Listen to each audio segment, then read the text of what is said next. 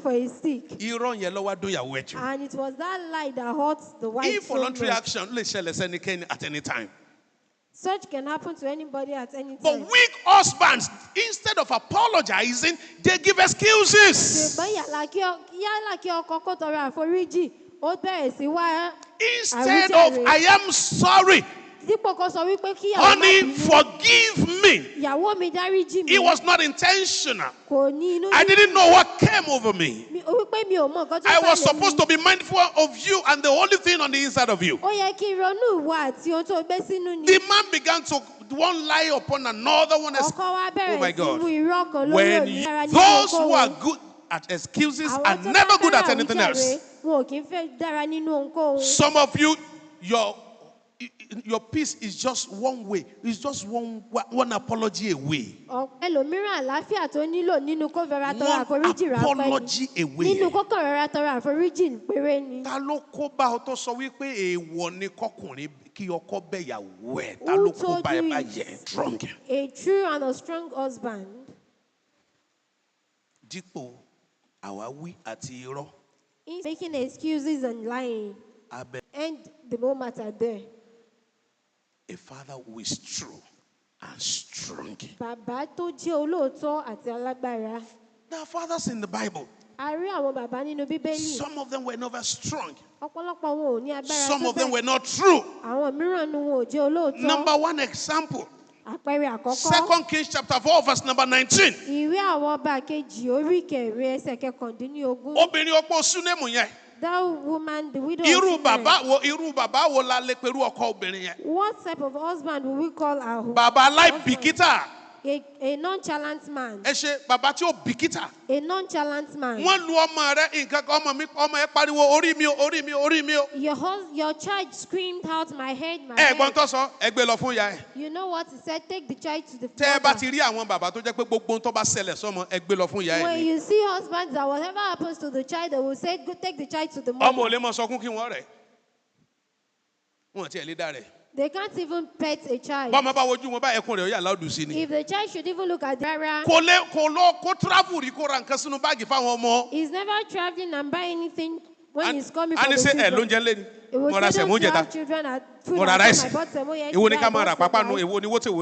which one is for? We buying? I don't have money for such.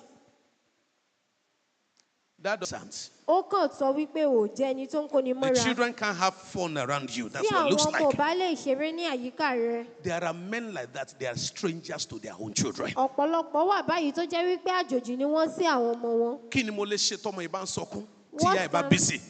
I do if my child is crying and the mother is busy? How many of our fathers bathe their children right there? That when your wife is busy, you can bathe the child. And you can tie the diaper. Where are their wives? Is it true?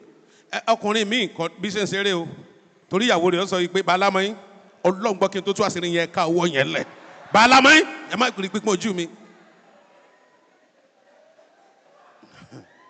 Amen. Amen. Àwọn ọmọ wa gbọ́dọ̀ dá wa mọ̀. A gbọ́dọ̀ ní àkókò tiwọn. We should have time for our children. Ẹ gbé ìtọ́yá rẹ̀ lọ. Take the child to the mother. Wọ́n gbé ìtọ́yá rẹ̀ lọ́nà. Ìyá ẹ̀ tẹ̀ sílẹ̀. Stop taking the child to the mother. It's the mother that will put the child down. The same mother will go to the prophet. Ó ń bá ṣe rẹ̀ lọ náà ni. Yet you continue with your Bàbá job. tí ó bìkítà ọmọ. A nonchalant father. Mo busy. I'm busy here and there. Aláìkíyèsára bàbá ni o. It's a nonchalant father. Ọ̀rọ̀ ẹ̀ dàbí ọ̀rọ̀ Élì o. It's just like the matter of Eli. Élì mọ̀ bí a ṣe ń kí ọmọ ńlọ ṣùgbọ́n kò mọ ọmọ bá wí. Eli knows how to correct children but doesn't know how to. He knew how to warn. He knows how to warn children but doesn't know how to correct. 1 Samuel chapter 2. From verses 22 to 24, he warned his children. But the law was specific on what he was supposed to do. If they were not hidden, so that he would be able to preserve the sanctity and the dignity of priesthood. But he refused to do it. Men in the house, we have to be up and doing in our obligations. Look at what is happening all over the place today. Youth drinking, smoking, causing violence everywhere. Some of them have absentee fathers. The fathers are not there. They don't have time to sit them down, talk to them about their future.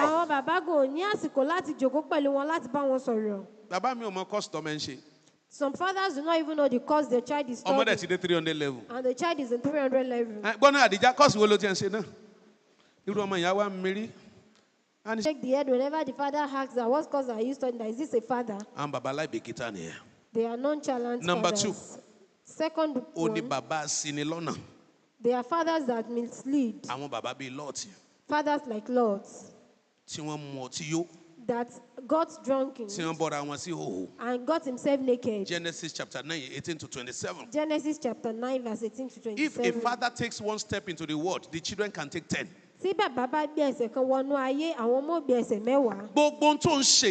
Everything you do, whether your children can see it or not, one day it will find expression in their lives. It will definitely find expression in their lives.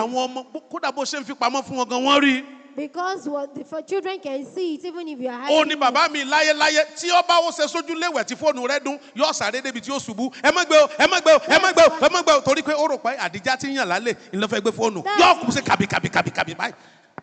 That's why some fathers, even while they are bathing in the bedroom and their phone rings, they will rush down to pick the call.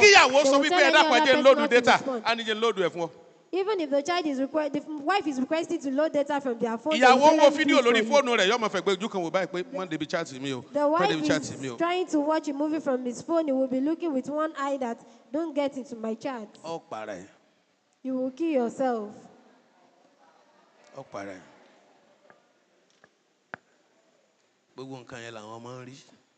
Everything, things like that, the children can see. David was a man of God. But when his children were sleeping with each other, he couldn't speak. In Psalm 51, Psalm 51, while he was praying, he asked the Lord to cleanse his lips. After he has God to forgive him, open down my lips. What it has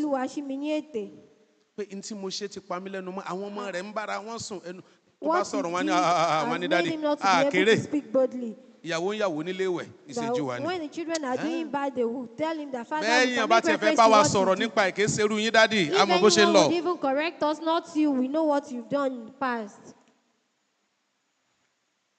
It's a great job. Whatever you don't want your children to do, please do not involve them. Then you are misleading them. And it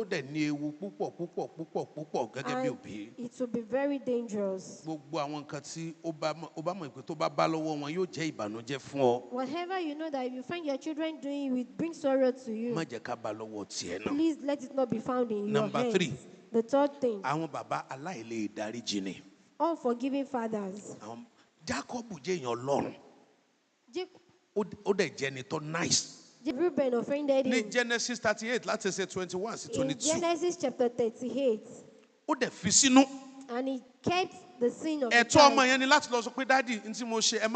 It was the right of the child to go to the father. The father said Jacob had of it and kept it to himself. And he kept waiting. The first day he spoke, he cursed the child. Indeed, what the child did was bad. But the father who happens to be a believer, the child will offend you. Your sons will offend you. Your daughter-in-law will offend you. Your own child will offend you. Please call them and ask them. A good child, a good father that wants to have a good tomorrow. If not. It shows that you are not saved. Your child will offend you. There is nothing we can do about it. No matter how taught they are, no matter how much you pray for them, when they do anything that hurts you, the next thing is not for you to curse them. The child was telling me recently, I said I should please come and speak with his father. The father is a he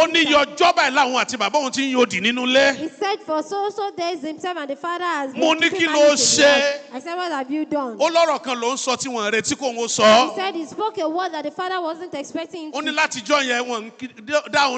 He said ever since then the father has not been responding. He said that all the devotions in the past 3 weeks has been about him.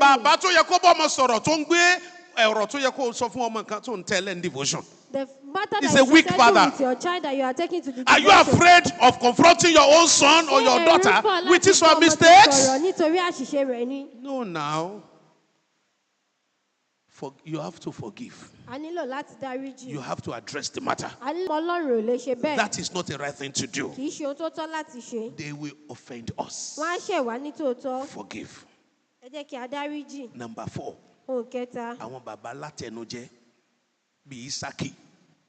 Fathers that loves food. Thank you, sir. Genesis 27. Genesis chapter 27. Ojundo Isake. Isaac was blind. And he felt like the eyes is close to that. He's getting close to his death. Then he called his beloved child. Go get me a bushmeat and let me bless you. The wife heard of it. That is it that my husband does not understand what he's saying. He wanted to turn the prophecy all around. Then the wife looked for a means around it. And they turned their children to sworn enemies in their lifetime. Then the younger one had to run away from the other one. The other one that was at home had to intentionally make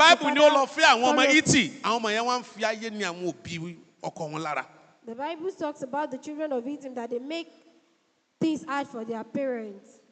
That was how they lived their lives for so long. Isaac thought 20 years after this encounter, he was still alive.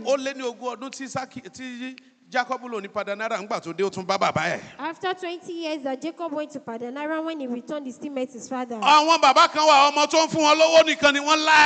some fathers that is only the child that gives to them. They only respond to the phone call of such a child. My child, because he got them a new phone, he got them. And there is one that is in Ogbomoso. If you curse, you won't pick. This is the second year you've not even asked for a child. Because that one is still struggle. Because that one is still But the one in Dubai. The one in Dubai.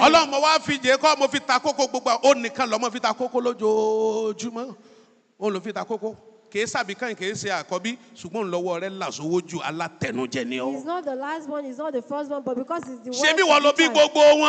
Are you not the one that have given birth to them? Children see you as one that is pleased with whatever you get.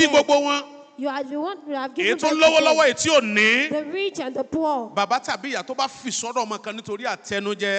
and mother who slice to one side because of what he's getting has caused a lot of harm for himself. The children will begin to get envious and thinking of evil against each other. Just like a father. Whatever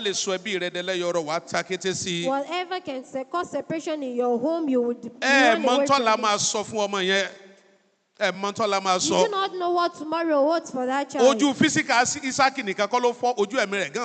Isaac was not just blind physically, he was also blind spiritually. He could see the bushmeat, but he could not see the glory that was ahead of him. Children that you think are not doing well today, what you've said about them, that sorrow you made them to pass, that bad word that you've spoken into their lives, they won't forget. As fathers, as mothers, we need to be careful. It's not only the child abroad that is a good child. The one in Gambari that is hustling is also a good mind. Let me say two more before we leave. The fifth one is a short father. A wicked father. The ones we said ahead, they are weak fathers. They are not wicked. It's just they have their place of weakness. But a father like Ahab is a wicked person. He destroyed the life of another person's child and thought that was the end.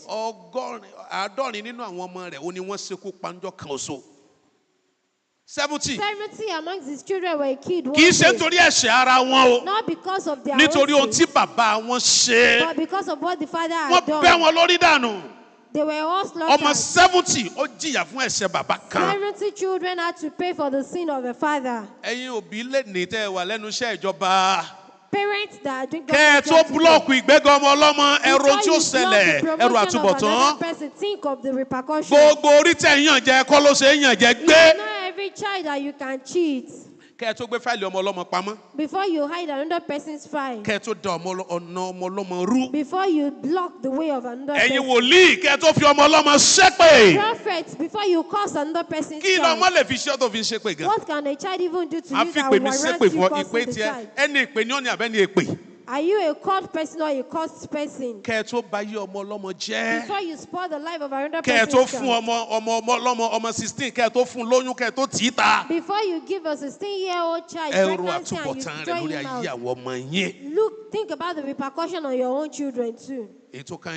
The last part is the example of a good father. A father like Jethro. A father like Jethro, where we read today from the scriptures. We read from the book of Exodus today. Chapter 2. That's what I wanted to go home with. Jethro was a priest. What have I learned from his life? He gave birth to female children. There were 7. He had time for them. He had time for the children to teach them, to know how they would go around things, to know who they move with. The day the children went to fetch water, he discovered that the water they came back with was a very good water. There are a lot of fathers. There are mothers that are listening to me. They never question where their children get cars or get money from. They only give thanks to God. He told a friend, he's a pastor. I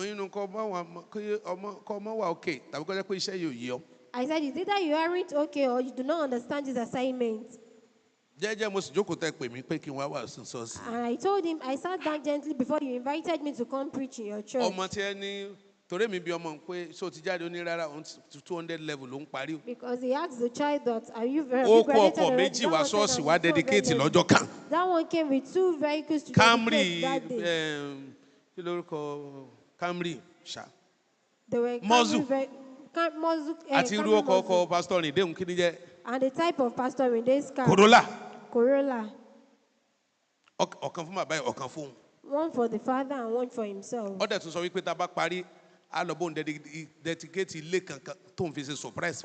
he said after the service they will go dedicate a house that he wants to use as a surprise for the parents. And he looked at him. 200 level. A child in Ọlọ́run lè bless ẹnikẹ́ni. The Lord can bless God can bless anybody. Ṣùgbọ́n èèyàn gbọ́dọ̀ ṣèwádìí bíi pàtó. We should make inquiry as ministers. Ìyàwó pastor wọn sọ fún mi pé. Then the wife of the pastor asked. Iṣẹ́ kóró kájú lọmọ ń kọ́ tẹ́lẹ̀ o. That the child was learning this cashing out business and he stopped. 6 months ago náà ló travel. That it was just 6 months ago when the child travel out ni wọ́n ní rárá. When did he travel out? They said no. Nigeria náà lọ wà. That is in Nigeria. Ọkọ̀ méjì ilé kan. And came with 2 cars and a new house within 6 months. Ìwọ pásítọ̀ wa bọ́ wájú wípé ẹ bá ń dúpẹ́ orí òǹbẹ̀ta lọ́lọ́run ṣe fún ọ. And you the pastor you are here saying God has done you triple blessing. Ọjọ́ tí bá ń lọ sun ẹ̀wọ̀n kí wọ́n náà má sọ bóra rẹ lọ́wọ́ ẹ̀jọ̀ lọ ni. The day they will take the child to prison, you as well go with irú òbí wo la ní báyìí tí wọ́n ń béèrè ibi tí àwọn ọmọ wọn ti rí owó. What type of parent do we have that are not questioning where their children get their wealth from? Ẹ béèrè lọ́wọ́ wọn. Ask them. Gbogbo wọn kọ́ náà ṣe crypto. It's not every one of them that do. Àwọn míì fi crypto bojú ni. Some are just using crypto. Wọ́n ti báyé jẹ́ jìnnà. They've spoiled things so much. Jethro ni ẹ má fi nù mí mo máa ń jẹ́ kì í yá yín báyìí. Jethro said, I know you do not return early like this before. What happened? Òbí mi ò mọ movement àwọn ọmọ ẹ̀. Some parents do not know the movement of their children. Ẹlẹ́nìkan ló ràn wọ́n lọ́wọ́ níta ni. Someone helped us. Ara Egypt ó ní mi ò léèyàn bẹ́ẹ̀ lọ pè wá. He said he's an Egyptian. I do not have someone there. Go invite him. Bàbá rere máa fẹ́ mọ irú àwọn tí ọmọ rẹ̀ ń bá rìn. A good father will always like to know who the child moves to. Fẹ́ mọ irú àwọn ọmọ tí ọmọ rẹ̀ ń bá rìn. A good father likes to know who the child moves to. Ẹ jẹ́ n fojú mi kàn. Let me see the person kí n tó gbàgbọ́. Before I believe. Gbogbo ìrànlọ́wọ́ kálá máa jó síta gbàlù. It's not every help that will sing and rejoice. Ìfà máa fani níkùnyà. Máa fani lákùnyà. Cheap things can tear things apart. Bàbá rere tó ń gbọ́ mi ní òní. A good father that is listening to me today. God wants us to be true. Ọlọ́run fẹ́ ká jẹ́ olóòótọ́. And very strong. Ká sì jẹ́ alágbára. Stand to your feet. Ẹ dìde dúró. Next month. Ní oṣù tó ń bọ̀. Ẹ̀yin ìyá. Mothers. Ẹ máa múra sílẹ̀. Get ready. Ẹ kan ní mọ́lẹ̀ lónìí pé sọ fún wọn ọ̀dà báwọn. You are testifying today that we should increase the volume of the message. Ẹ tún rìkọ́dù ẹ̀. You are even recording. Ẹ tún rìkọ́dù ẹ̀. You are even recording it. Okay, lẹ fi yọ fóònù lọ́wọ́. That's why you. Ọjọ́ ń bọ̀ ni Olúwa wí. A day is coming, don't say it. Tí àwọn bàbá náà yóò mú fóònù jáde. When the fathers will bring out their phone. Láti máa bá mi record fún ẹ̀yin màmá. To record also for the mothers. Ẹ̀yin dádì wa. Our fathers.